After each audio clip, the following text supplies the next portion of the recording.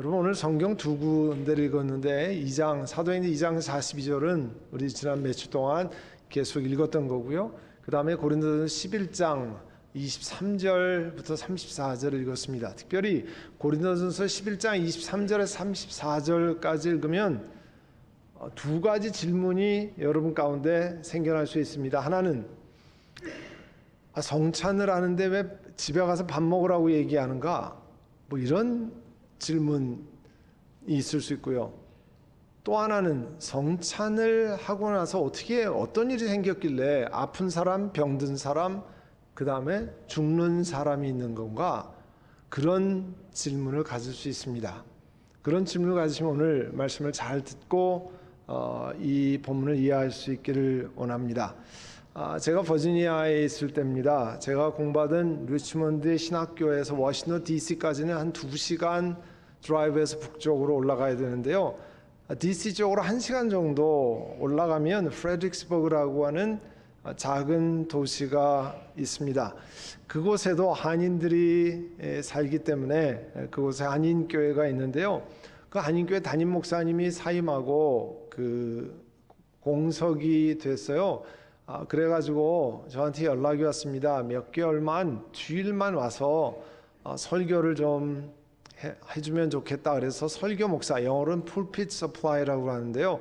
그런 해서 몇 달 그 교회를 섬긴 적이 있습니다. 한 번은 그 교회가 요청으로 성찬식을 집례를 좀 해주셨으면 좋겠습니다. 해서 주일 날짜를 정하고 그 교회 당회가 성찬 준비는 그 교회 여선교에서 맡아서 한다고 이제 제가 전해 들었습니다. 우리 교회도 여러분 기억하세요? 팬데믹 전에 성찬할 때 우리 교회에서 흰 백설기를 직접 쪄서 그거를 조그맣게 잘라서 판에서 우리 성찬할 때 떡으로 사용했습니다. 한국 교회에서 전통적으로 많이 사용했던 게 성찬떡이 카스테라 혹은 식빵 혹은 이 백설기를 잘라서 이렇게 사용했던 거잖아요. 그날 이제 성찬주일이 돼서 제가 그 교회 프레드릭스버그 교회 올라갔습니다. 예배 전에 보니까 이렇게 우리처럼 성찬상이 있는데 그 위에 떡과 잔, 그 위에 이제 흰 성찬보로 잘 덮여져 있었습니다. 이제 예배 인도를 하고 설교를 하고 그 다음에 그 교회 장로님들이 성찬보를 들어서 잘 접어서 옆에 가지런히 놓았습니다. 여러분 지난주에 제가 성찬 인도한 거 기억하시잖아요. 흰 장갑을 끼고 그 빵을 들고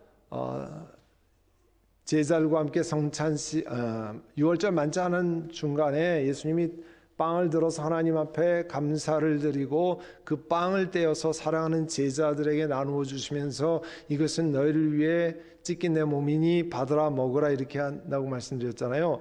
제가 이제 그 장로님들이 성찬보라고 성찬 거기에 집례를 하려고 하는 순간 제가 정말 깜짝 놀랐습니다.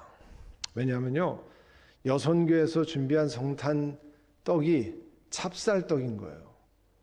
흰 찹쌀떡을 하나로 이렇게 돼 있어요. 여러분 옛날 집에서 절구에다가 찹쌀떡 쪄 보신 적 있어요? 흰 장갑으로 그 찹쌀떡을 띄어야 되는데 흰 장갑이 찹쌀에 붙어가지고 이 손이 빠지는 거예요. 그러니 오늘 성찬식을 미루고 다음 주에 하겠어요. 뭐 이렇게 할 수는 없는 거 아니에요. 그거를 띄어서 하느라고 정말 진땀을 흘렸습니다. 다행히 그 교회 성도님들이 이렇게 많지 않아서 시간이 좀 걸렸지만 끝낼 수 있었어요. 그 여선교회 회장님 얘기를 나중에 들어보면 성찬이라 맷떡보다는 찹쌀떡이 좋을 것 같아가지고 찹쌀이 더 비싸고 좋잖아요. 우리 그게 그래서 했다는 거예요. 그러니까 그 전에 성찬 준비를 한 번도 한 적이 없는 거죠. 그 교회 당회도 확인하지 못하고 저도 뭐 전혀 생각지 못했던 일이었습니다. 성찬하는 방법은 우리 지난주에 했던 것처럼 요즘은 각자 개인 컵을 사용해서 또 컵과 그 안에 웨이퍼 그 빵을 같이 한 패키지에 넣어서 하는 방법이 있고요. 또 팬데믹 이전과 같이 그 잔에다가 받침대에다가 다 꽂아서 이 열로 이렇게 쭉 돌리는 장로님들이 가서 이렇게 돌려서 하는 방법이 있습니다. 또 루터란이나 에피스코팔 성공회 같은 데 가면 떡은 개인이 먹고 잔은 목회자가 그 큰 잔에다가 이렇게 돌려서 대가면서 하나씩 닦아가면서 합니다. 물론 요즘 팬데믹 다음에는 아마 그렇게 하지는 않으리라고 생각이 됩니다만, 그리고 또 하나가 영어로는 intention이라고 그러는데요. 한국말은 어떻게 번역할 수 있는지 모르겠습니다. 포도즙에다가 개인적으로 빵을 떼어서 포도즙에 담갔다가 자기가 먹는 그런 방식으로 여러 가지로 성찬을 진행합니다. 사도행전 2장 40절 우리가 읽었던 말씀에 보면 사도들의 가르침에 몰두하고 서로 사귀는 일, 빵을 떼는 일, 기도에 힘썼다고 그랬습니다. 예루살렘 초대교회 교인들이 예수를 믿은 후에 한참 동안 열심히 했던 그 네 가지 사도들의 가르침에 몰두하며 서로 사귀는 일에 힘쓰고 빵을 떼는 일에 힘쓰고 네 번째로 기도하는 일에 힘썼다고 그랬잖아요. 그 중에서 오늘은 빵을 떼는 일에 힘썼다는 것이 무엇을 의미하는지를 살펴보려고 합니다. 일반적으로 빵을 떼는 일 하면 우리가 성찬을 나타내는 용어로 알려져 있습니다. 예수님께서 겟세마네 동산에 기도하러 가시기 전에 제자들과 함께 유월절 만찬, 그러니까 패스오브 밀을 하셨잖아요. 그 장면이 마태, 마가, 누가복음에 이렇게 자세히 나와 있습니다. 그래서 성찬식 할 때 하는 것처럼 원래 예수님이 그 하신 걸 쫓아서 우리가 하는 거니까 예수님께서 빵을 들어서 축복하신 다음에 떼어서 제자들에게 주시고, 떼어서 breaking the bread and gave it to the disciples, 그게 이제 빵을 떼어서 할 때 떼어서거든요. 같은 내용이 마가복음, 누가복음에도 나와 있습니다. 현대 교회들은 어떻게 합니까? 우리가 지난주에도 했지만 예배 시간에 성찬을 합니다. 그리고 성찬 앞에 설교를 하고 말씀을 전달한 다음에 그 다음에 성찬을 합니다. 초대교회에서는 지금과 달랐습니다. 믿음의 공동체에서 함께 식사를 한 후에 성찬을 했습니다. 그래서 사도행전 2장 46절에 보면 그 초대교회 교인들이 모이는 모습이 조금 더 자세히 나와 있는데요. 날마다 한 마음으로 성전에 열심히 모이고 또 집집이 돌아가면서 빵을 떼며, 그렇게 말하잖아요. 순전한 마음으로 기쁘게 음식을 먹고 그랬습니다. 이 집집이 돌아가면서 빵을 떼며, 처음에 예루살렘 교회가 하루에 예수 믿은 사람이 3,000명이니까 뭐 다 모여서 이렇게 할 수 있는 게 아니라 작은 집에 전부 넣어놔서 이렇게 같이 했잖아요.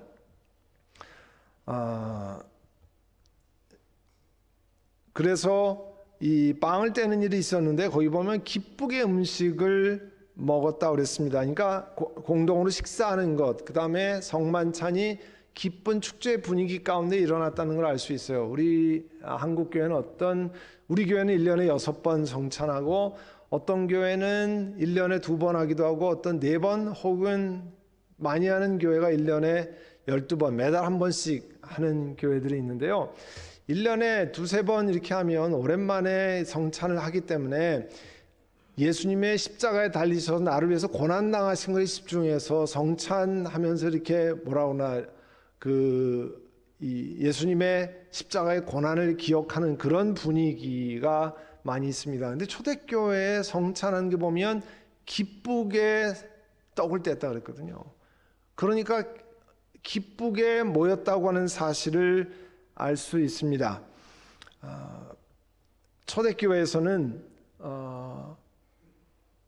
아까 제가 처음에 질문했잖아요. 왜 집에 가서 성찬 얘기 나오는데 왜 집에 가서 밥 먹는 얘기가 나오는가? 이제 조금 있다가 계속 설명을 드리는데, 초대교회에서는 성찬으로 모이면 먼저 love feast라고 하는 love feast, 애찬 혹은 공동 식사, 이와 같은 식사를 하고 난 다음에 성찬 의식을 가졌습니다. 왜냐하면 그 당시 사람들이 힘들고 어렵고 가난한 사람들이 와서 잘 먹을 수 있도록 공동 식사를 준비했던 겁니다. 이 공동 식사에 관한 것은 오늘 읽은 본문 고린도서 11장에 나와 있지만 유다서 딱 한 장, 신약성에 한 장만 있는 유다서 12절에도 이렇게 말씀하고 있어요. 이 사람들은 함께 먹을 때에 자기 배만 불리면서 겁없이 먹어대므로 그러니까 같이 먹을 때 자기 배만 생각했다, 이런 얘기가 유다서에도 나옵니다. 그러면 고린도 교회가 처한 문제가 어떤 것이었냐 하면, 오늘 읽은 본문의 앞에 고린도전서 11장 17절에서 22절 사이를 이해하셔야 본문을 제대로 이해할 수 있습니다. 21절에 보면 먹을 때 사람마다 제각금 자기 저녁을 먼저 먹으므로 어떤 사람은 배가 고프고 어떤 사람은 술에 취합니다. 이게 무슨 얘기냐면요, 성찬을 하기 위해서 같이 모이고 같이 공동 식사를 한다 그랬잖아요. 그 교인들 가운데 일부 부유한 사람들이, 이제 가난한 사람 그 당시에도 일하는 시간이 길고 늦게 끝나서 그 끝나고 교회 공동체 모임을 오면 시간이 늦게 오는 일이 많았다고 그래요. 그리고 먼저 부유한 사람들이 다 먹어서 늦게 온 힘들고 어려운 사람들이 먹을 식탁이 없는 일이 많이 생겼다는 거예요. 그래서 성경에 보면 이들이 배부르고 포도주를 많이 마셔서 취하기까지 했다는 거예요. 가난한 사람들은 일 끝나고 바로 오기 때문에 음식을 준비하지도 못하고, 그래서 부끄럽게 되는 일이 일어났다는 거예요. 이 초대교회의 삶을 이렇게 그려놓은 곳이 사도행전 2장 우리 42절 읽었는데 44절 45절에 보면 이렇게 말합니다. 믿는 사람이 함께 지내고 모든 것을 공동으로 소유하였다. 그들은 재산과 소유물을 팔아서 모든 사람에게 필요한 대로 나누어 주었다. 또 4장 34절 이하에도 가면요, 가난한 사람이 그 공동체 가운데 한 사람도 없었다는 거예요. 땅이나 집을 가진 사람들이 그것을 팔아서 판 돈을 사도들 앞에 가져다 놓고 사도들은 각 사람이 필요한 대로 나누어 주었다는 거예요.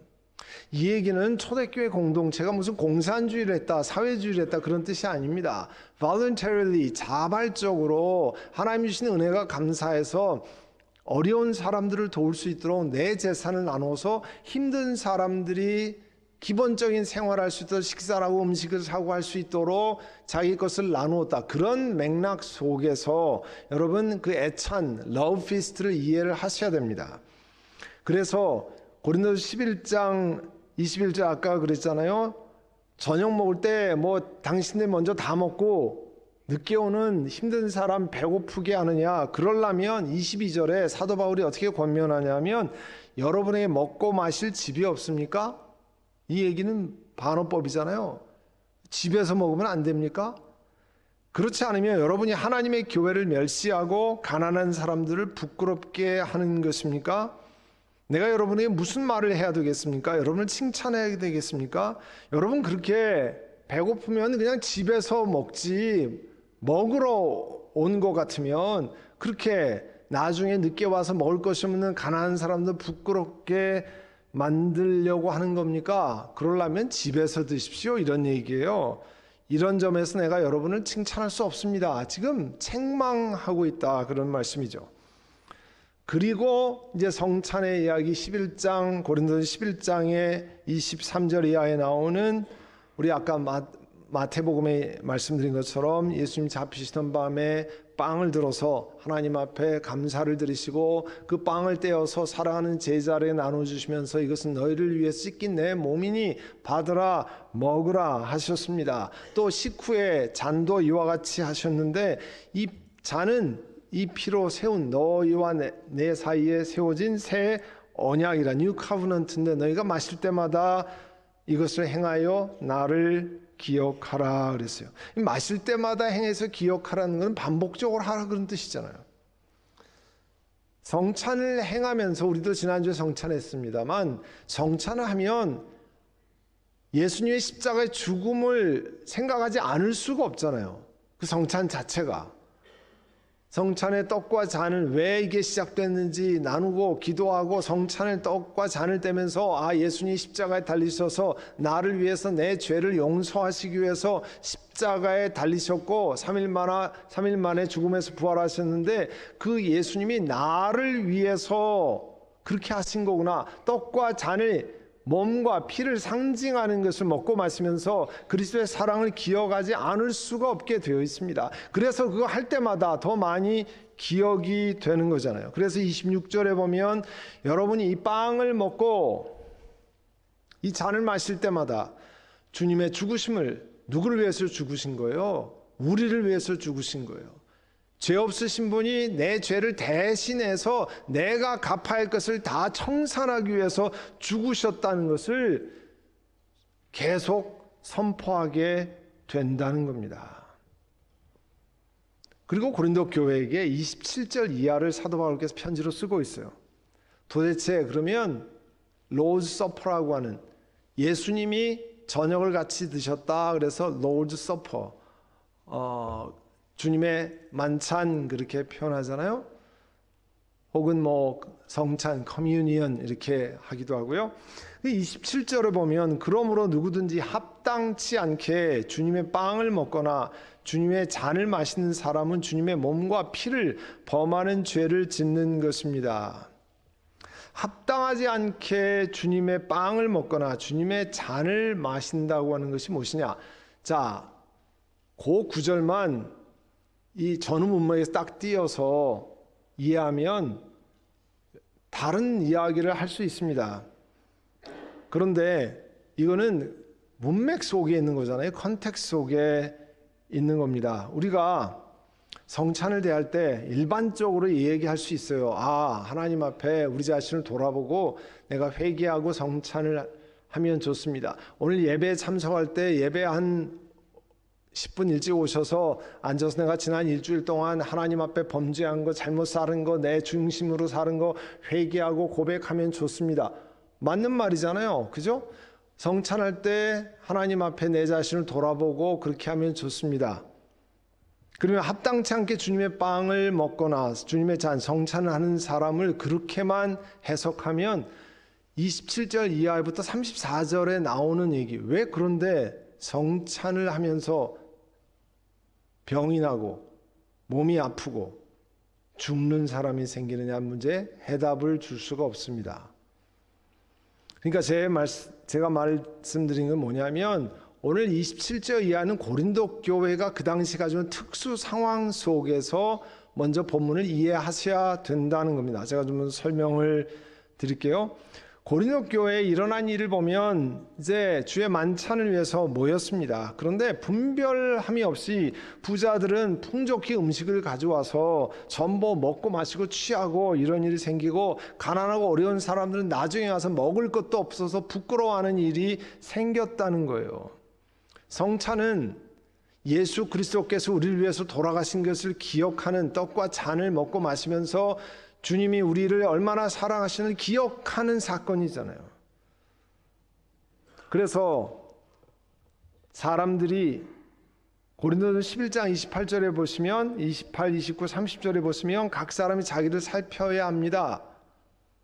그런 다음에 그 빵을 먹고 그 잔을 마셔야 합니다. 성찬을 대해야 하는데 몸을 분별함이 없이 먹고 마시는 사람은 자기에게 내릴 심판을 먹고 마시는 것입니다. 이 때문에 여러분 가운데는 약한 사람, 병든 사람이 많고 죽은 사람도 적지 않습니다.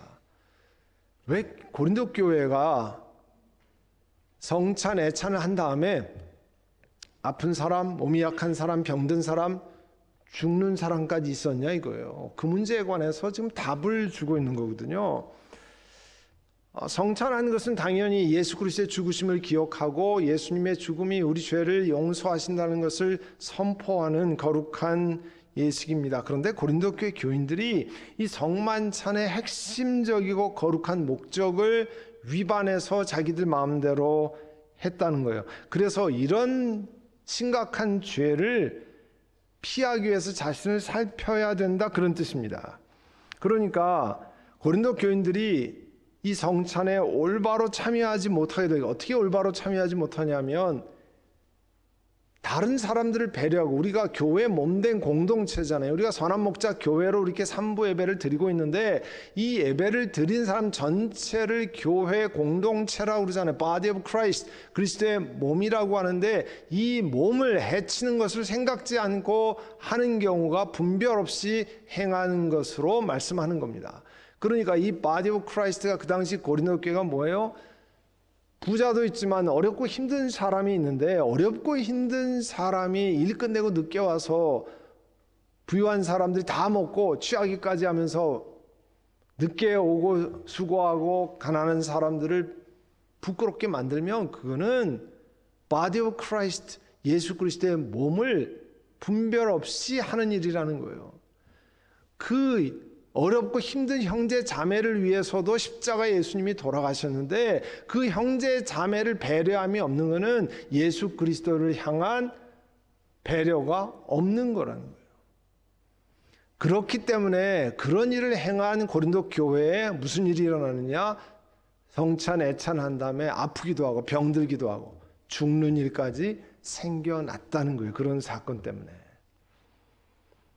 그래서 그러면 어떻게 하면 그런 게 안 일어납니까? 그게 이제 33절, 34절을 정확히 이해하면 왜 그 교회에 그런 일이 일어났는가에 대한 답을 줄 수 있습니다. 만약에 그냥 일반적으로 하나님 앞에 회개하지 않아서 병들고 아프고 죽는 일이 성만찬 후에 일어났다고 하면 사도 바울이 뭐라고 그랬겠어요? 여러분 성찬하기 전에 그냥 회개하십시오, 이렇게 말씀하셨을 거 아니에요?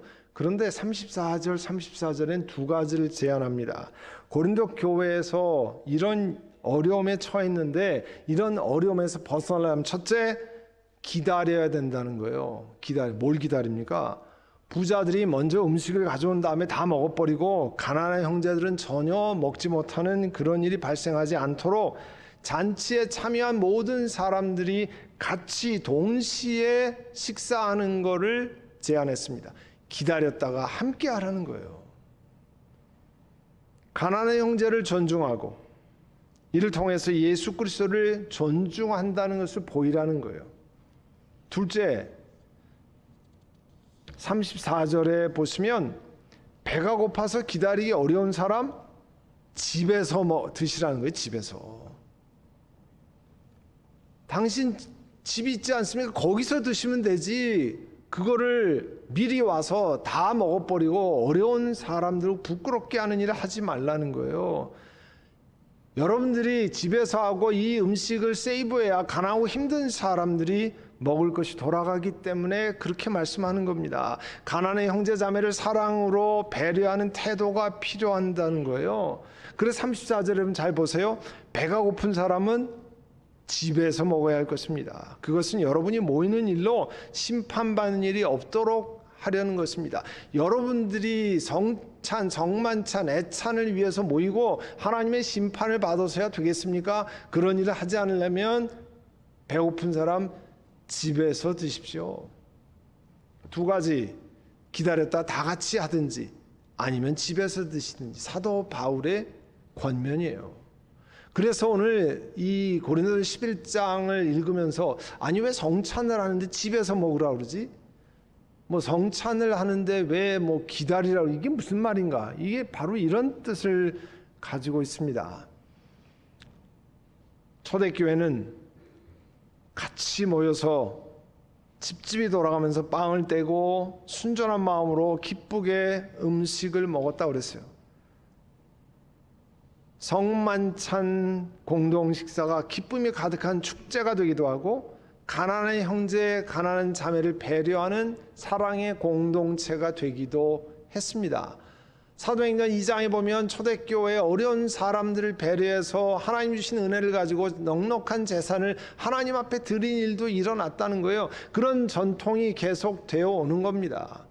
그래서 오늘날의 교회도 어려운 사람을 돕고 우리도 제3세계 장애인 또 힘든 사람들 컴패션을 통해서 어린 영혼들을 돕는 이유가 거기에 있습니다. 예수님께서 이렇게 말씀하셨기 때문에.